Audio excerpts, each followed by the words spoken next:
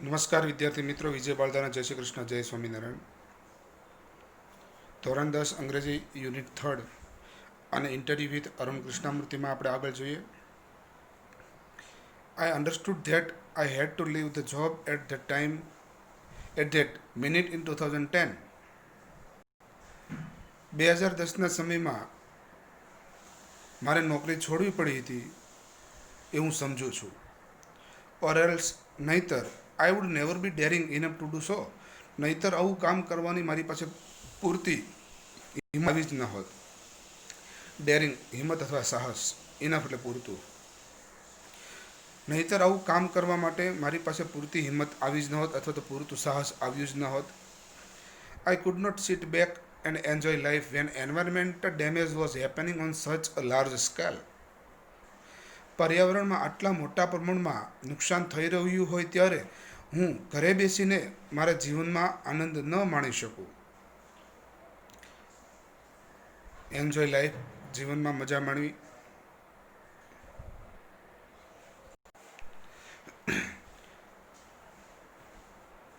Large scale એટલે મોટા પ્રમાણમાં. પર્યાવરણમાં આટલા મોટા પ્રમાણમાં ડેમેજ, નુકસાન થઈ રહ્યું હોય ત્યારે હું સીટ બેક, ઘરે બેસીને એન્જોય લાઈફ, જીવનમાં મજા ન માણી શકું. I wanted to do something, હું કંઈક કામ કરવા માગતો હતો. And that something needed my full attention, અને તેમાં મારે સંપૂર્ણ ધ્યાન આપવા માટેની જરૂર હતી. નીડેડ જરૂર, ફૂલ એટેન્શન સંપૂર્ણ ધ્યાન આપવું. So I left Google for EFI. તેથી EFI માટે મેં ગૂગલની નોકરી છોડી. EFIનું ફૂલ ફોર્મ આવી ગયું છે એન્વાયરમેન્ટાલિસ્ટ ફાઉન્ડેશન ઓફ ઇન્ડિયા, ભારતીય પર્યાવરણીય સંસ્થાન. What kind of garbage do people throw into water bodies.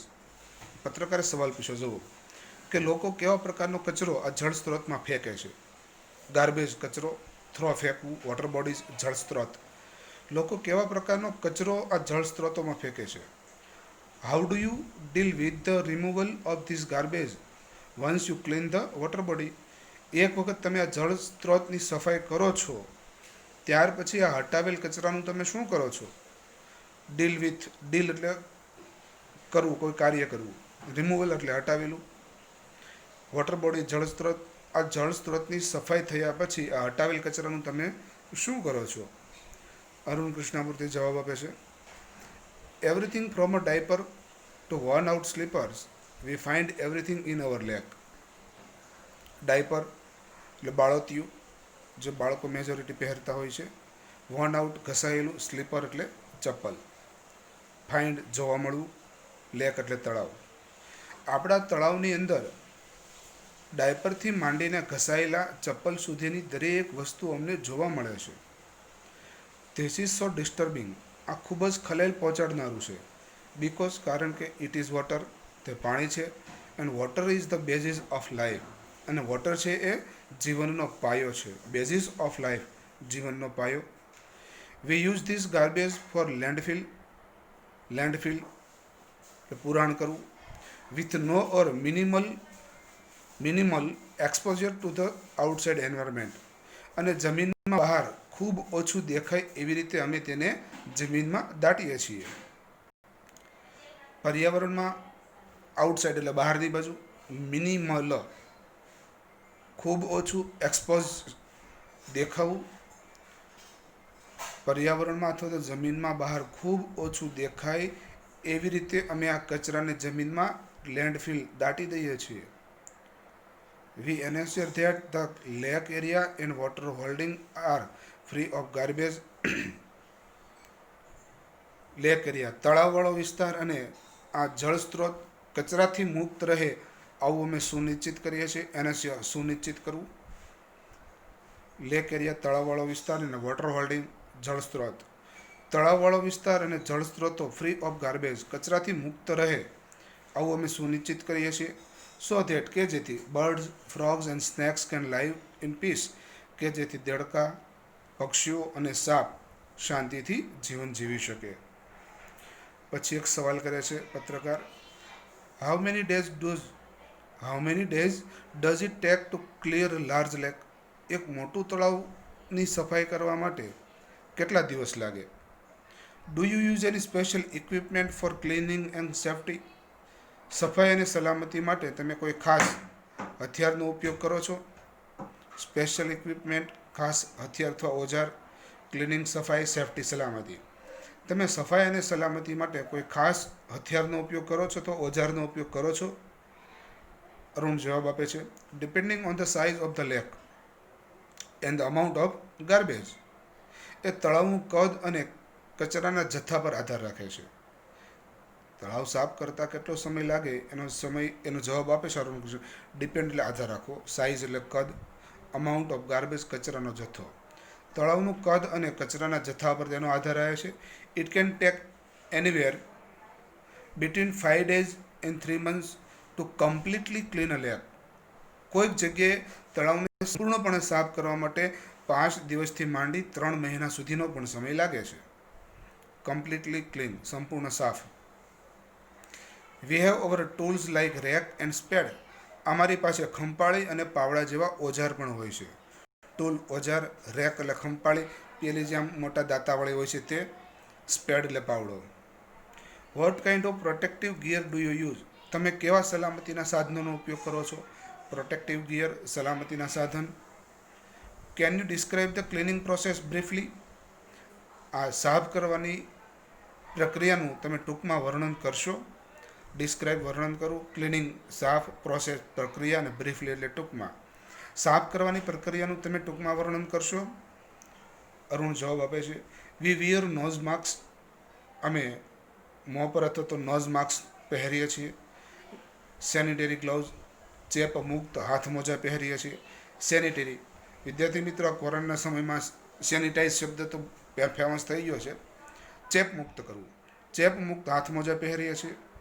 And carry rake and spade with we collect the garbage and dump into the collection bucket which are taken to the garbage truck. And carry rake and spade. અને અમે ખંપાળી અને પાવડા કેરી સાથે લઈ જઈએ છીએ. With which we collect the garbage, જેનાથી અમે કચરો એકઠો કરીએ છીએ.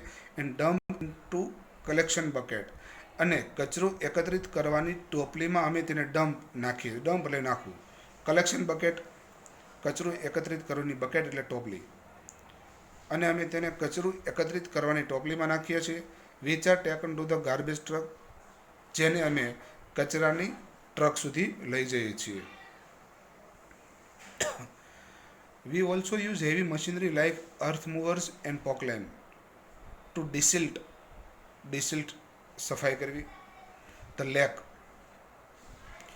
તળાવની સફાઈ કરવા માટે અમે અર્થ મૂવર્સ અને પોકલેનનો પણ ઉપયોગ કરીએ છીએ. જેવા ભારે મશીનનો પણ ઉપયોગ કરીએ છીએ. હેવી મશીનરી એટલે ભારે મશીન. અર્થ મૂવર્સ એટલે પેલું જેસીબી, અને પોકલેન એટલે જેસીબીનો જ પ્રકાર છે, પોતાની ધરી પર ફરતું હોય એ, જેને મેજોરિટી પેલા ગોળ વ્હીલ નથી હોતા પણ લાંબી ચેન જેવો પટ્ટો હોય છે.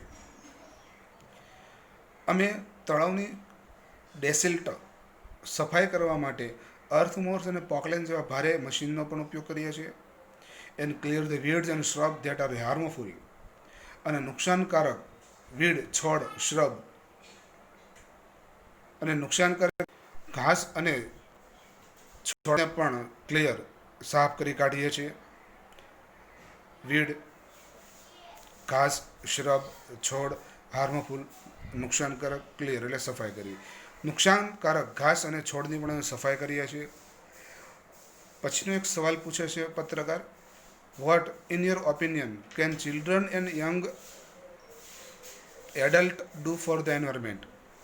તમારા મત મુજબ પર્યાવરણ માટે બાળકો, યુવાનો અને પુખ્ત વયના લોકોએ શું કામ કરી શકે?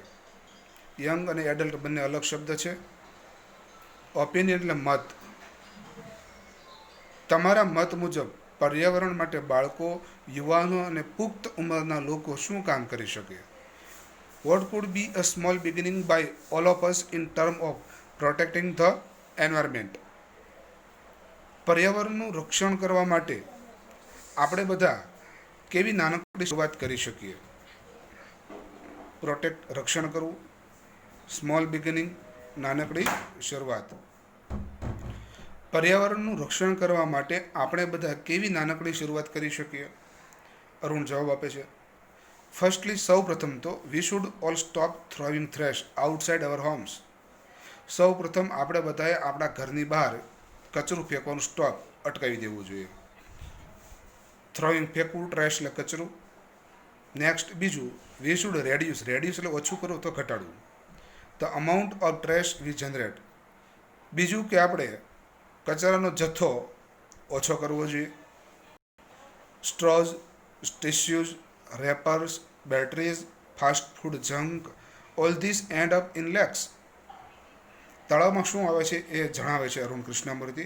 સ્ટ્રો એટલે ભૂંગળીઓ, ટિશ્યુ જાળીદાર કાપડ, રેપર એટલે પડીકા, એ પછી નાની મોટી કોઈ પણ ખાવાની વસ્તુના કોઈ પણ હોઈ શકે. બેટરી, ફાસ્ટફૂડ જંક તૈયાર બગડેલો ખોરાક, જેમ કે મંચુરિયમ છે કે એવું કોઈ ચાઇનીઝ ફૂડ છે વગેરે. તૈયાર બગડેલો ખોરાક, આ બધું તળાવમાં જ આવે છે. And they come from our homes. અને આ બધું આપણા ઘરેથી જ આવતું હોય છે. If we can reduce the amount of garbage at home. જો આપણે ઘરે જ કચરાને ઘટાડી શકીએ તો, and we if can dispose all garbage safely. અને જો આપણે આ બધો જ કચરો સલામતીપૂર્વક નિકાલ કરી શકીએ તો, નિકાલ કરવો, ગાર્બેજ કચરો સેફલી સલામત રીતે, આ બધા જ કચરાનો આપણે સલામત રીતે નિકાલ કરી શકીએ તો that it self a great deal. તો એક મોટું કાર્ય કહેવાશે. Every student is welcome to volunteer with us in helping the environment. પર્યાવરણમાં મદદ કરવા માટે દરેક વિદ્યાર્થીઓનું સ્વયંસેવક તરીકે સ્વાગત છે. સ્વયંસેવક એટલે વિદ્યાર્થી મિત્રો, સ્વયં એટલે જાતે જ સેવા કરવી, એમાં કોઈ નાણાકીય કે પૈસા મેળવવાની એવો કોઈ ઉદ્દેશ હોતો નથી. How much time do school going children need to devote in say a week for environmental cause. આ પર્યાવરણના કામ માટે શાળાએ જતા બાળકોએ અઠવાડિયામાં કેટલો સમય ડેવોટ આપવો જોઈએ. ડેવોટ એટલે આપવું, સમર્પિત કરવું. પત્રકાર સવાલ પૂછે છે કે પર્યાવરણના કામ માટે શાળાએ જતા બાળકોએ એક અઠવાડિયામાં કેટલો સમય આપવો જોઈએ. અરુણ જવાબ આપે છે 4 hours a weekend. અઠવાડિયામાં 4 કલાક. That is 2 hours on Sunday and 2 hours on Saturday. રવિવારે 2 કલાક અને સેટરડે શનિવારે 2 કલાક. This small beginning is more than enough to ensure large participation later. આ નાનકડી શરૂઆત પછીથી મોટી ભાગીદારીમાં સુનિશ્ચિત થઈ જશે. આ નાનકડી શરૂઆત, સ્મોલ બિગિનિંગ, લેટર એટલે પછીથી, અને લાર્જ પાર્ટિસિપેશન મોટી ભાગીદારી, એનશ્યોર એટલે સુનિશ્ચિત થવું. આ નાનકડી ભાગીદારી પછીથી મોટી ભાગીદારીમાં સુનિશ્ચિત થશે.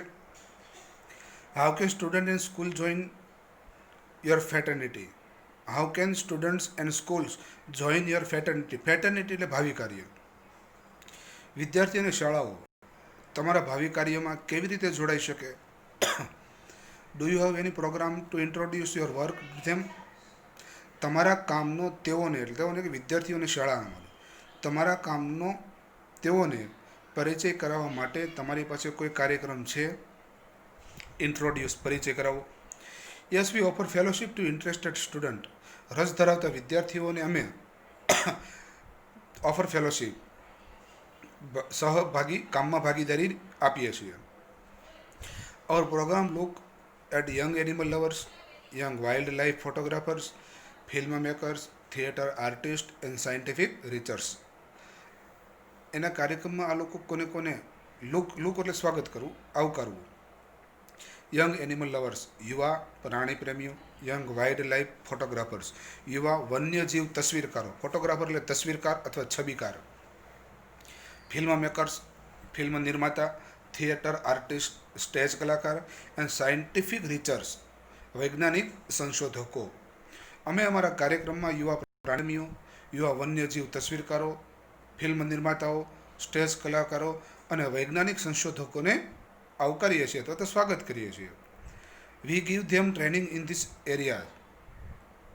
અમે આ વિસ્તારમાં તેઓને તાલીમ આપીએ છીએ. And gate them actively involve in all hour work. અને અમારા તમામ કાર્યમાં તેઓને ખૂબ જ એક્ટિવલી ઇન્વોલ્વ, સક્રિય રીતે સામેલ કરીએ છીએ. એક્ટિવલી સક્રિય રીતે ઇન્વોલ્વ સામેલ કરવું, અને અમારા બધા જ કામમાં તેઓને સક્રિય રીતે સામેલ કરીએ છીએ. Our youngest volunteer is in class third. અમારો સૌથી નાનો સ્વયંસેવક 3જા ધોરણમાં ભણે છે. વિદ્યાર્થી મિત્રો, ખૂબ ગૌરવ લેવા જેવી બાબત છે આ, કે 3જા ધોરણનું બાળક એટલે 8-9 વર્ષનું હોય, જો એને એવી સમજણ હોય કે મારે પર્યાવરણનું કામ કરવું જોઈએ જેટલું થાય એટલું, તો આપણે પણ મહત્વ આપણી યથાશક્તિ પ્રમાણે પર્યાવરણનું કામ કરવું જ જોઈએ. તો વિદ્યાર્થી મિત્રો, આ સરસ મજાનું યુનિટ જે છે એના સ્પેલિંગ લખી તૈયાર કરજો, ટ્રાન્સલેશન પણ તૈયાર કરજો. આભાર. વંદે માતરમ.